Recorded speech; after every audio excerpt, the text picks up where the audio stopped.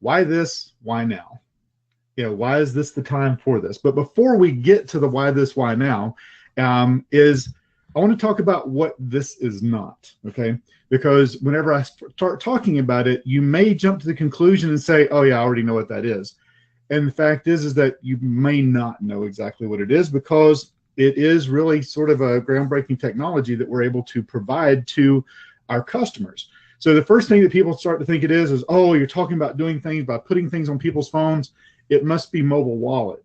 Nope, it is not mobile wallet. Someone's already asked in the chat, is it geofencing? No, it's not geofencing. Because geofencing is using GPS or RFID technology to create virtual geographic boundaries, enable software to trigger a response on the phone. That's not really what this is. The other thing that it's not is it's not geotargeting. Some of the things that we look at, it may sound like that, but in geotargeting, in internet marketing, it's a method of determining the location of where someone is to put the ad in front of them then, based on having already captured their information. That's not what this is. The other thing this is not is it's not using beacon technology. You don't have to go sneak around and place something somewhere that you could possibly get in trouble to be able to get a marketing message in front of someone. So the thing is that those are the things that it's not. Now let's talk about why this, why now.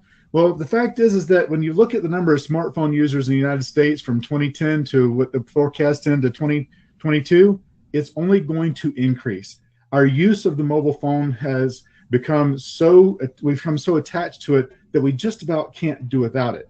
So the one thing that I do with this is a way to explain it to people so that you can see the value of how this is people always want to know, well, how would I explain this to a customer? So before I even get into detail of what it is, I'm going to share with you how I explain this to people. So the thing is that as a local business owner, you depend on one thing more than any other in growing your business. That's letting new prospects know about your business. But the problem is you don't have a guaranteed way to get your message in front of people who want and need your services. So you try different methods to reach them, possibly Facebook advertising or direct mail or email, or maybe even placing an ad in the shopper magazine. But the problem is they all take a lot of planning, and you have very little control over reaching your best prospects. In the next few minutes, I'm going to show you how you can get your message in front of your perfect target customer. And this is where I let them know, is where I tell them there's a game changer ahead. This changes the game of how most businesses have been able to get their message in front of their perfect target market outside of utilizing Facebook. So what I tell them is like, how would you like to legally steal customers from your competitors? Now, some people don't like that. They think legally steal is negative. Most businesses would love to take business from their competitors. So if legally steal rubs you the wrong way, you can say, how would you like to attract customers from your competitors? You can soften it up a little bit if you'd like to. But the thing is, imagine having a surveillance system so advanced that it captures your competitors' customers and advertises your business to them. How would that work for you? And then they just kind of sit there and think about it. Now, the reason that this works so well now compared to what it may not have in the past is that 91% of smartphone users have their phone within reach 24 hours a day. I mean, I guarantee you, some of you may be even listening to this webinar on your phone. We always have them with us. We can't stand to be without it. The other thing is we're addicted to checking them. 58% of smartphone users don't go 1 hour without checking their phones. And 93% of smartphone owners use them while shopping. I know it's been probably about 2 years ago now. I thought I had done so well. I wanted to buy an offset smoker, and I went to Lowe's and I saw the exact one I wanted, and I looked on my phone and I found the same exact thing cheaper at Walmart, and about 5 miles away. So I loaded up, went there, bought the same unit, and I told my wife about it. I thought she'd be so proud that I saved $40. And she says, actually, you cost us money. I'm like, how is that? She goes, because you're at Lowe's. Just show them the ad from Walmart and they do price match and give you a 10% discount. So we're always using them. We're always on them.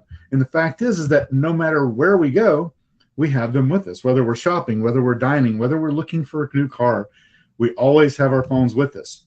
And because of that, what we're able to do is, how about drop a pin right on their phone? make it so that because of who they are and where they are, able to basically drop. It's, and a lot of you've heard about pixels. This isn't a pixel. It's basically a lot more advanced than a pixel. We're actually capturing information from their phone, not really dropping it. But a pin drop is what people recognize. So it really makes it so that we have a pin on every person that goes into that location. So if you've ever seen the movie Top Gun, you know, they get missile lock, you know, then they do the whole thing, guns, so because they're firing the weapon. Once missile lock is there, they're pretty much guaranteed they're going to knock that opponent out of the sky. Well, the same thing here. Once we have the information from that phone, it's like having missile lock to be able to put an advertisement directly onto that phone because of who that person is, their demographics, and where they physically went to. So the same, for instance, if you're a car dealer, imagine being able to put an ad on all of the phones of people who visit your competitors' lots and have it show up in the middle of their news feed and an ad for your car dealer, or a restaurant, or a different car dealer, or even the Trans-Siberia Orchestra tickets for coming to your local location. How about ads showing up for a free appetizer for a local restaurant? And there's another one for a lunch combo and a little bit different one. And all of these, you'll notice they're showing up in news feeds on the phone, not on Facebook, but on ESPN, on Rolling Stone magazine, on AOL, on USA Today, everywhere that people are getting information and using it. That's where the ads are showing up. And because they're in there, they're not a nuisance. They're not pop-ups or popovers. They're actually showing up in the flow of the content. And the fact that we're targeting them based on specific things makes it so that the ad isn't necessarily a nuisance. It actually becomes relevant information for them, or a personal injury attorney, or how about a furniture store? Anywhere where people have gone to, or anything that we can identify about them to be able to put the ads in front of them. So the next part is, how about this? I was actually, where I'm inside reading an article, you might not be able to see it there, about a PGA tournament, and it put an ad in front of me for Play in the Mountains, Brevard, North Carolina, which I live about 35 minutes from Brevard, North Carolina. It knows who I am and where I am and puts that ad in front of me. Or how about Skatel Jewelers? How about, I was traveling, I was in Hawaii, and it put an ad in front of me for a personal injury attorney in Hawaii. It knew I was in Hawaii, so that's where it wanted to put the ad in front of me. And hey, how about this? Yes. I just wanted to add something, but talk about that ad you just pulled up. Yeah, and this one was targeting me based on the fact that I'm in South Carolina. They don't necessarily know that I need roofing, but they know that I've gone on sites where I'm hiring people to do work at my property. So go ahead. What's really wild about this technology, and a lot of you should be familiar with retargeting, right? So usually what your first experience of retargeting is, you're shopping on Amazon or you're cruising around looking for stuff for Christmas gifts, for instance, and you'll notice that you'll see ads all over while you're surfing on the internet, going to all the different news sites or whatever you're doing, YouTube, wherever you are, you're starting to see ads about stuff that you were shopping. So that's usually our first experience of retargeting. And so retargeting is super, super powerful. When people hit your website, you start following them around with ads. So this is like, what's so wild about this is we're actually, if you could pixel in the physical world, we're pixeling people as they physically walk into the competitors' locations and then chasing them around on all their devices with ads for the competitive product. And like Jody's talking about, that is super targeted because they are looking for that specific product at that specific time. You don't walk on a lot at Honda unless you're in the market for a car. And a lot of people don't buy on the first walk onto the lot. They're shopping. So how effective is it when Toyota, you can't get Toyota out of your mind? We lost you. And it's all because they have a cell phone on. Sorry about that. I didn't realize I hit the mute. Yeah.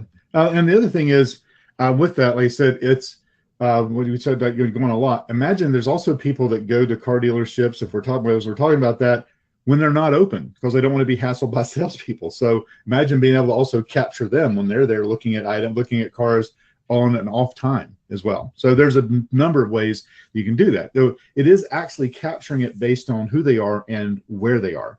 So a prime example of kind of to show how this works, I'm going to take an example of Northampton Wines and Wine Cafe. This is an exquisite restaurant. It's absolutely wonderful. They have a wonderful wine list. They have excellent steaks, great ambiance, and the fact is that it's one of the nicer restaurants in Greenville, South Carolina, but they have a problem. And their problem is where they're located. So if you look on this map, they're over here off to the side. Well, where all of the high-end restaurants, which are similar to them, are located is in the more populated downtown area near the Reedy River. That's where everyone goes, because we have this river going through the middle of downtown with a waterfall right into Falls Park. So they're over here by there's some apartments and off of a 4-lane highway that not many people even know that they're there. So how can they get their message, not just in front of anybody? They don't want to do a Val pack and send it out to everyone in a certain zip code, because that's not going to be a great target market. They want to get their information in front of people who are going to restaurants that have a wine list, that have linen napkins and linen tablecloths on the tables.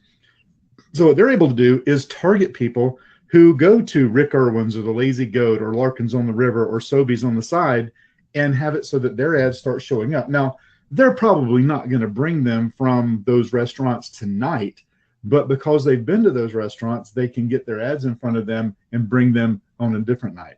And the fact is that when we're in restaurants, we always have our phones with us, because we can't help ourselves but take pictures of the food we're going to be eating.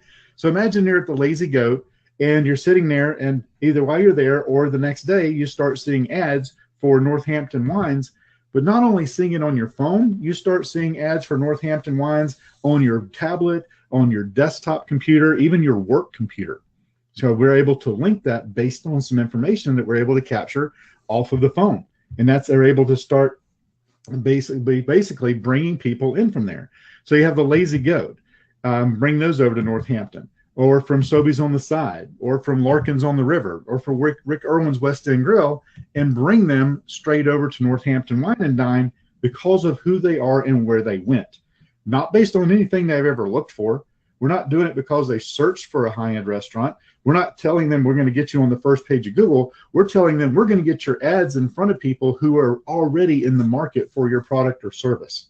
That's a big differentiator, and we're going to get it in front of them on their phone. And all of these people have usually, when you're talking to them, they've seen banner ads and they've seen how retargeting works. We're able to retarget based on where they were at, not based on what they're searching for. Huge difference. That's a big game changer whenever you're doing that. So it doesn't matter if they're shopping retail or if they're at a restaurant or shopping for a car. We not only do that, but we're also able to put it in front of them on all of their devices. So a couple of people will ask some questions down in the chat. So I'm going to go into a little bit of detail. This is the dry part, and I apologize up front. I know this is a little bit dry, but it's the details of the explanation of how this whole technology works. So the first thing is Jody, I appreciate you giving us that detail. It's definitely what we want. I'm also thinking about how this is going to apply as far as other services too. Like, I've spent a lot of time working with a skincare company, and they get a lot of high profile clients in terms of spending a lot of money to be able to target high expensive restaurants around where their place is, to know that somebody's driving by here all the time, but we know that they're going to an expensive restaurant. That targeting is just so incredible. Or somewhere, anywhere that people with the high end people go. Like, for instance, we have the Peace Center here. It's a center for performing arts.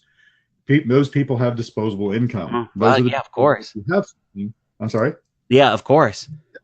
Right, and it's usually not somebody coming from the trailer park going to the Peace Center to see Les Miserables, right? It's people that have money, disposable income. So you're able to target not just based on, okay, they're looking for a car, but based on they're probably someone who's going to utilize this product or service. And it's even cool. We can even get into actually more demographic information, which I'll get into in just a little bit, as far as things like what their average income is, if they're a homeowner, if they're a parent. All of those things can come into play as we go through and do the targeting. So the first part is with hyper mobile targeting. This has been around a little while. This geo-targeting, but it's a technology used to trigger when a mobile phone is in a designated location. So they're at the car dealer and the ad shows up. They go on a browser session, and an ad shows up for a different car dealer, and they're able to see it if they happen to be on their phone whenever they're there. Then the display advertising, once they're in the location using the internet, they got to be on the internet. The display ad spaces on websites such as Fox News, CNN, WebMD, and other millions of other websites, it displays. Then with the retargeting, the cookies are placed on their iPhone or Android devices to retarget only on their mobile devices. The weakness of the benefit is that it's immediately showing ads while they're in the designated geo-targeted area. The weakness is the retargeting without geoconquesting, which is what we're talking about here, is not effective on mobile devices because it does not usually continue beyond the current browsing session. So whenever they leave the circle, you pretty much have lost them utilizing hypermobile. Now, to contrast that, it's only able to show them when they're in the area. So when they leave, they're gone, which is a big concern. That's been around in the past. What we're talking about is being able to follow them no matter where they go, and not only follow them on their phone, but follow them on all of their devices. So the term is called geoconquesting, and it's used in advertising industry. It means to deploy an advertisement for one's products or services this adjacent to editorial content relating to the competitor or the competitor's products. That's the old school definition of conquesting. It's why you'll usually see CVS next to Walgreens, right? They're trying to take customers from one another. That's conquesting. So I mean, just imagine it's bringing someone from one location to the other.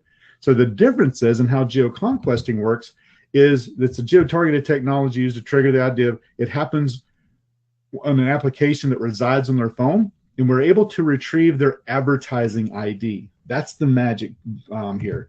And that's just like if you look at any piece of technology, whether it's a wireless router or a wireless mouse, there's a MAC address. If you've ever had a problem, you had to troubleshoot it, and you get on the phone with someone, they always want to know, okay, what's the MAC address? So they can ping it or find out, they can see what's going on with it. Well, just like that, every phone, whether it's an iPhone, whether Android, they all have an advertising ID on the phone. Most people have never even heard the fact that there's an advertising ID on the phone, but it is. And what we're able to do, because we have agreements with tons and tons of mobile apps, even if they don't ever download an app other than what comes on the phone, whenever they take it out of the box, we're still able to capture it because those native apps that they have on the phone that come already on it, we've already got agreements to be able to take that app, get that advertising ID and capture it. And so when we do that, each time they enter the geo-targeted area, whenever you notice your phone, the little light blinks at the top, that's your phone communicating with a tower. So a phone has to be in a location for about 10 minutes or so to make sure that it's pinging the tower. And when it does that, we're able to lock in the fact that it's at that location and capture that ID. It doesn't do us any good to capture the ID of someone that's not in that location. We only want the people that are in that circle to be able to capture that at that time. And we have agreements with over 180,000 applications, both Android on the Android Play Store and the Apple App Store, to allow us to get the IDs using their apps.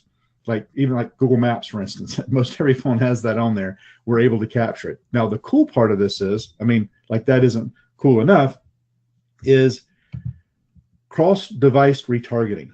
So I mentioned that we're able to follow them onto their laptops, onto their desktops, onto their tablets. Because we use third-party services that allow us to know which computers are connected to at home and their work computers, it's done through processes like logging into a bank account. I've got a Bank of America screen there. So if you've ever used a banking app on your phone and then used that same and logged into that same account on your computer, you're now linked. We're able to put that in place, and we're able to now show the ads if you're looking on those news feeds anywhere that you go. So we're able to not only make it on the phone, but also follow them anywhere. And that really does. And the other thing is, and if once they ever click on the ad, we're able to continue to do even more retargeting to put it in front of them more often, because who's more likely to make a decision is someone who's already clicked on an ad. If you look at it, so it's not geoconquesting or hypermobile, we use them together because we want to put the ads in front of them while they're at the location, and we also want to follow them after they leave. So we're using the combination of the two, the geoconquesting and the hypermobile. So it really does give us that ability to continue to put it in front of them. It's something that most businesses don't even know that they've never heard anybody explain to them that they can even do this. Yeah, they may have heard of banner advertising, but not based on where people are. They've seen banners because of they're being retargeted. This is being retargeted based on where they went.